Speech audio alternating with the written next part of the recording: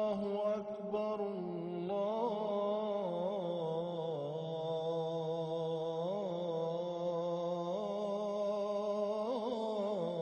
Allahu Akbar, Allahu Akbar,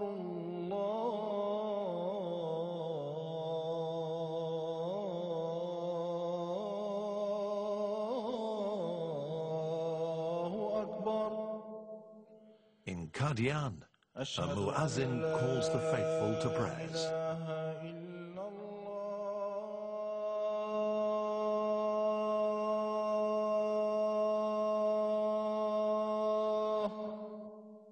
5 times a day in mosques around the world, this call is repeated. Muhammadur Rasulullah.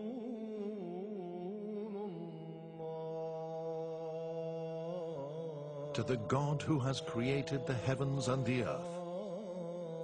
To the God of Moses, the God of Jesus, the God of Krishna, and the God of Muhammad. Allahu Akbar,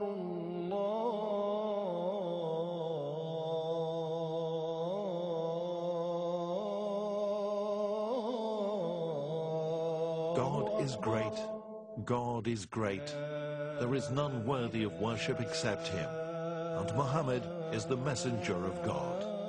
God is great, and there is none worthy of worship except he.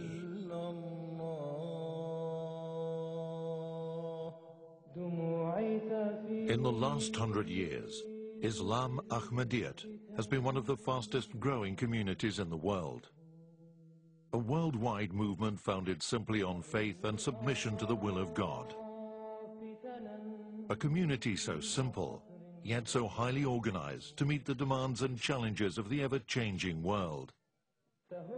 A community believing in absolute morality, enjoining justice and fairness in every sphere of human interest. For many, much of the history of Ahmadiyyat has been veiled behind fear and misconceptions. As a result, its followers were subjected to extreme persecution and deprived of fundamental human rights. Yet, Ahmadiyyat's core teachings are interwoven with the teachings of the Quran and the Holy Prophet of Islam. It was Ahmadis who highlighted the flaws in the events of the crucifixion of Jesus, even before the realization by modern scholars. It was they who were first to translate the Quran in more than 50 languages. From serving humanity to projecting the message of peace, continents across the world have been united under its banner. But all this began with the life of a single, ordinary man and the divine message he proclaimed. His name was Ghulam Ahmed. Islam Ahmadiyyat, Islam Ahmadiyyat, Islam Ahmadiyyat, Islam Ahmadiyyat, Islam Ahmadiyyat, Islam Ahmadiyyat, Islam Ahmadiyyat, Islam Ahmadiyyat. फिर चले आते हैं यारो. The society in which man existed was at its lowest ebb, and the final religion of mankind chosen by God, Islam, was rapidly degenerating. The Holy Prophet of Islam, peace and blessing of Allah be on him, prophesied that in the latter days, Muslims would suffer a terrible decline of standards. For if man is unable to control his desires, it is inevitable that the society would also suffer.